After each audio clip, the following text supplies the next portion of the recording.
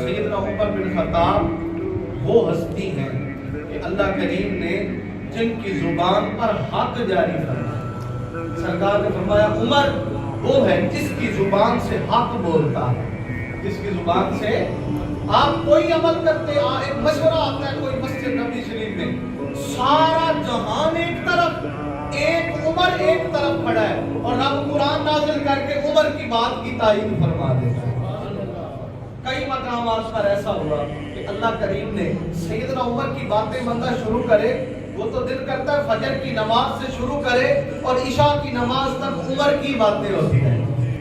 آپ سیدنا عمر بن خطاب اپنی ذات میں وہ ہستی ہیں کہ جو اپنی مثال آپ ہیں.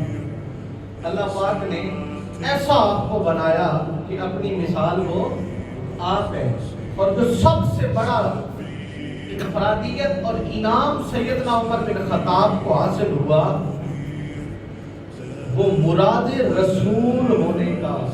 ہر کوئی آیا, ہر کوئی خود طلب کر کے آیا, پر عمر وہ ہیں, عمر بن خطاب وہ ہستی ہیں جنہیں مصطفیٰ کریم نے طلب فرمایا, جن کی حسرت میرے آقا نے فرمائی اور دعا مانگی باری تعالیٰ دو عمروں میں سے, ایک عمر بن خطاب اور دوسرا ابو جہل عمر بن الشام, فرمایا ان دونوں میں سے باری لا کوئی ایک عمر اسلام کو دے دے.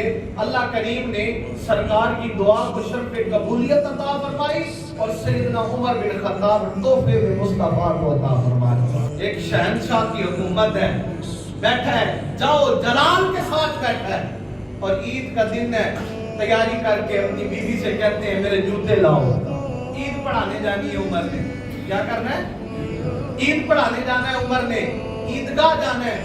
عمر نے کہا بیوی سے جوتے لاؤ.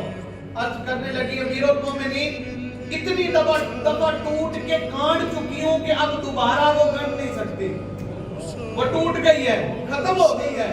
22 لاکھ مربع میل کی سلطنت کا شہنشاہ, خلیفہ وقت, امیر المومنین, اتنا بڑا سردار, کہتا ہے کوئی بات نہیں آج ذرا ننگے پاؤں ہی چل کے دیکھتے ہیں. اللہ اکبر, آج ننگے پاؤں چلتے ہیں.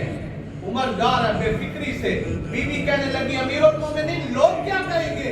آپ نے فرمایا چپ کر لوگوں کو دیکھوں یا مصطفیٰ اور خدا کو دیکھوں. سیدنا عمر بن خطاب حج پڑھانے گئے, ایک خشک لکڑی کا تنا کھڑا تھا, آپ اس کو لپٹ کر زاروں قطار رونے لگ گئے.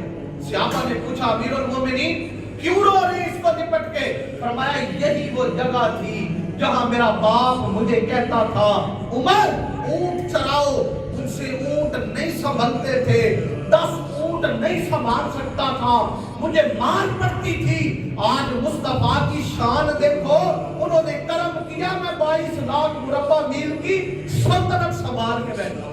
ہر کسی کا دن منایا جاتا ہے, ہر کسی کا دن منایا جاتا ہے. چھوٹی چھوٹی بات پہ ہم گورنمنٹ چھٹی کرتی ہے, فلاں ڈے سیلیبریٹ ہو رہا ہے, فلاں ڈے سیلیبریٹ ہو رہا ہے, یہ دن منایا جا رہا ہے. لیکن وہ عمر جس نے لوگوں کو دن کی ترتیب سکھائی, اس عمر کا بھی دن منانا چاہیے.